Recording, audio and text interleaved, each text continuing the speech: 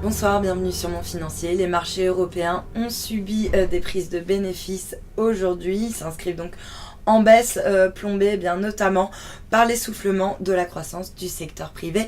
En zone euro, le CAC lui redonne 0,57%, on revient autour des 4515 points, alors que justement la France décroche au niveau de la croissance du secteur manufacturier qui s'inscrit en contraction et surtout bien sur ses plus bas niveaux depuis 6 mois, donc plutôt de mauvais augure pour la croissance française. Ailleurs, même tendance, Francfort consolide également un repli de 0,5%, Milan dégringole carrément de 1,2% et l'Eurostoxx de 0,5%. Du côté des valeurs, c'est finalement Alcatel-Lucent qui signe ce soir la meilleure performance, alors que Kepler-Chevreux a confirmé sa recommandation à l'achat sur le dossier avec un objectif de cours qui est maintenu à 4,50 €, l'analyste estimant que le cours actuel constitue un bon point d'entrée sur le dossier. En forte hausse dans les premiers échanges, Alstom a finalement basculé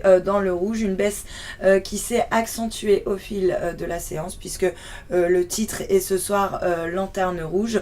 Alstom qui s'est pourtant prononcé en faveur donc du géant américain General Electric. À noter également que l'État français, lui, a de son côté conclu un accord avec Bouygues qui lui accorde donc une option d'achat sur 20% du capital d'Alstom, une nouvelle qui finalement ne semble pas satisfaire plus que ça le marché. Et puis à noter également EDF qui est actuellement sur ses plus bas niveaux depuis 9 mois, l'électricien accusant le coup depuis l'annonce qui a été faite donc par la ministre de l'écologie sur le gel des tarifs réglementés de vente de l'électricité au 1er août. Et puis à noter que le titre est également plombé par une note de Citi qui se montre prudent sur le dossier et qui revoit son objectif de cours à la baisse à 23,50 €. On notera également que le secteur aéronautique, à l'image de Zodiac ou de Air France, s'inscrit en nette baisse. Et puis à l'inverse,